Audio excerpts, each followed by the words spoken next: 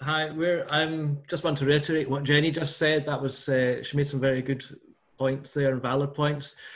I'm Gordon and well, my partner Susie, and we've got a farm diversification project which we just opened this year in February, Craigmaddie Roundhouse.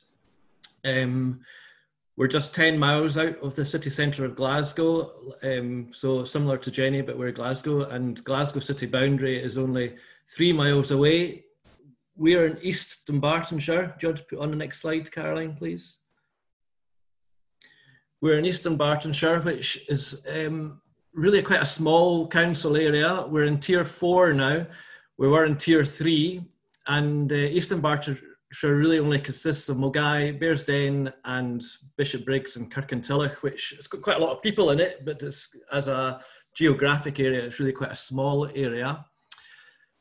We opened our accommodation in February, as I said, and we let it at £250 a night. We let it, when we went live, we let it through a company called Travel Nest, who put us out onto all our different booking platforms, and we got fantastic occupancy from day one, 94, 95%. So we're open for 6 weeks. We closed on the 23rd of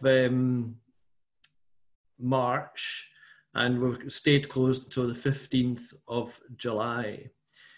The building, I'll just go back to where we are. We've got a 400-acre farm and it's beef and sheep. And this building was to supplement our income. The pair of us having 3 young children, and it was just, the farm really doesn't create enough, with the borrowed money we've got, doesn't create enough income for us as a family. So we got a leader grant to build this, and it really transformed our lives for the first 6 weeks. If we go on to the next slide, Caroline, we'll show you what we have done. So from the day we opened, we had 94% occupancy, and then so we lost 112 days between March and July. That was £26,000 that we lost. We got a government subsidy through the Creative Tourism Grant, and that was £10,000. So we had a net loss between March and July of approximately 16,000. From July to October, it was great. We had 100% booked during this time, and the revenue was in line with what we'd put in our business plan. The BBC ran an article on us through Travel Nest about coming out of lockdown, and that gave us a lot of publicity, and we got a lot of bookings from that. Travel Nest also made a video of us, and that has been viewed online now 550,000 times in the last 6 weeks. So we get people inquiring about staying here every day, but being in Tier 4, obviously we've been closed. So we've been closed since the 3rd of November. We were in Tier 3, we got put into Tier 3 on the 3rd of November, and we could only take people from East Dunbartonshire. We got no bookings. We had inquiries, but we had one booking coming, but they had to isolate because of a contact, so they didn't come. So we have had nobody staying since the 3rd of November.